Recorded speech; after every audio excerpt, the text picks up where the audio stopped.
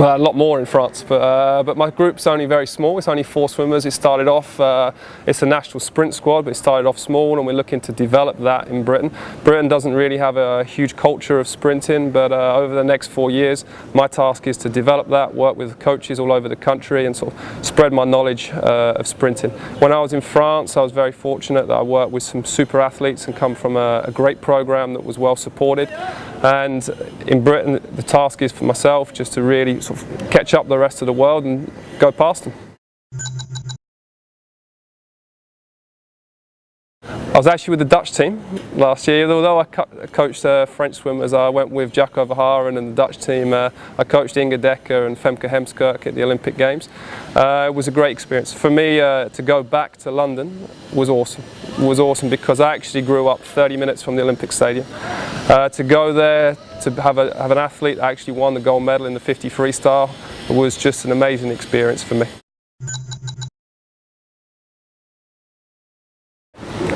It was great. It was awesome to be with Jacco Verharen and his team, the whole Dutch staff were a great bunch of guys to be around, and it was also good for me to be part of a successful team.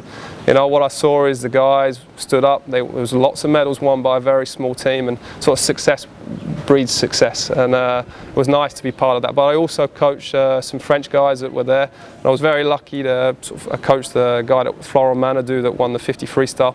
And so my whole London experience was very special. I lived as a kid 30 minutes from the Olympic Stadium.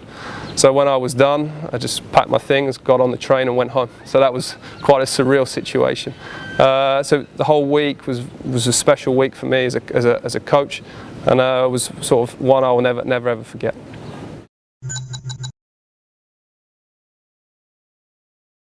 So yeah, lessons learnt from London was it was a high pressure event, and what you see is you always have a mixed bag. Some guys swam well, some guys that didn't swim so well, and how to deal with slight disappointment, and also how to deal with the guys that did well and how to get them re-motivated to get back into training.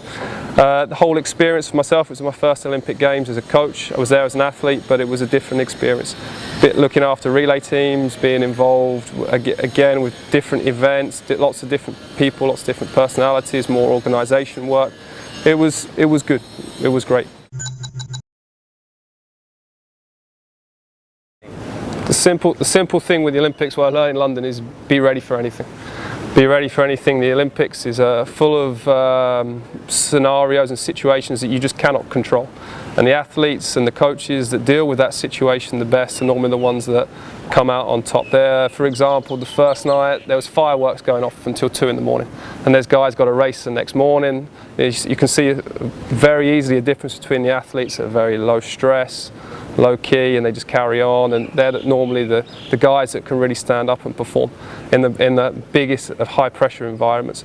So really the biggest lesson is, as a coach for the Olympic Games, is just be prepared for anything. The dorms are very noisy, no one really sleeps, the food is mass produced, so it's that case of control the controllables. If there's a bus late, you miss your bus, don't worry about it. Just learn to deal with, control what you can control. What you can't control is just let it go over your head.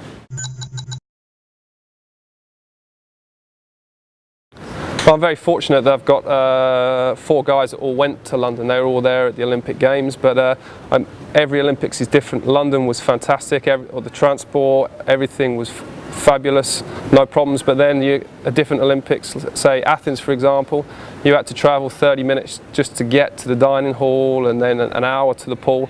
So there's lots of different scenarios, and Rio will be different. Rio will be different, and so that's how I will I will attack the situation with those guys, or attack the Olympics just similar as I do every major competition.